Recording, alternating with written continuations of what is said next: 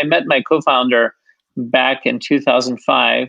His name is Seju Jong. Seju is the polar opposite of me. He is a Korean businessman by trade, and started his own company when he was 19. Very, very good at business, and so that's why we make a good pair. We immediately, all the way back in 2005, started hatching plans for what to do. And I was the final impetus for it was me exercising in the gym with a personal trainer and thinking, oh my God, it would be great.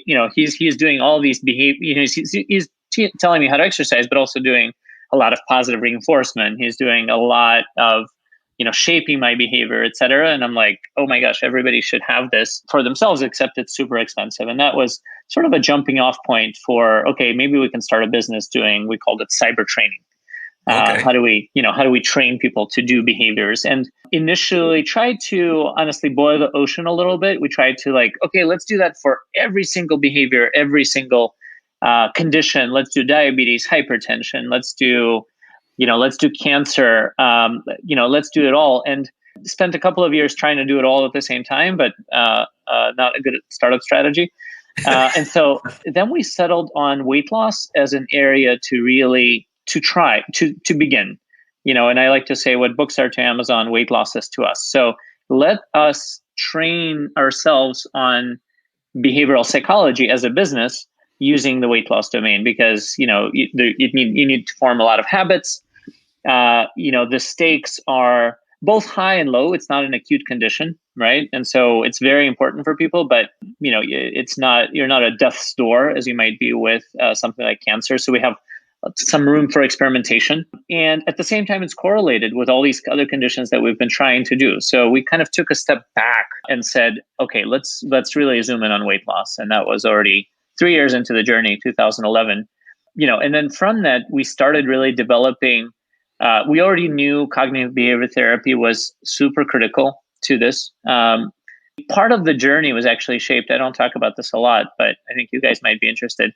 We had an early collaboration with Sinai Center for for Eating Disorders, for Okay. pathologies and eating disorders, and that's where obviously people, we're talking bulimia, anorexia nervosa.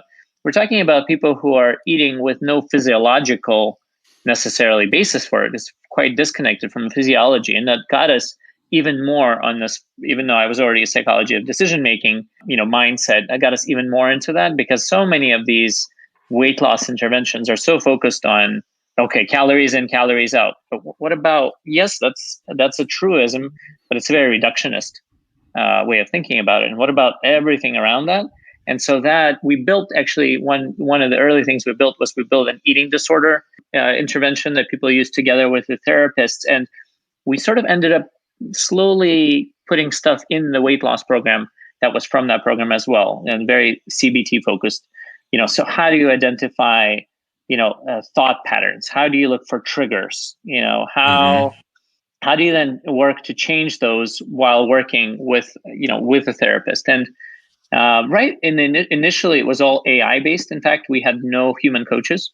We tried to do it all because we're AI nerds. We're like, AI can do it all. And about 3 years into that, by 2000, 5 years into the journey, 3 years into doing the weight loss thing, 2013, we sort of topped out. A lot of stuff we were like, there's still a lot of problems, but we can't figure out how to solve it all. So let's try adding a human in. And we tried adding a human coach, and we saw, we actually took a human coach and made them coach people, just 20 people at a time. Okay. 20 people with one human coach. And we saw they were getting great results. Of course, it's not at all scalable.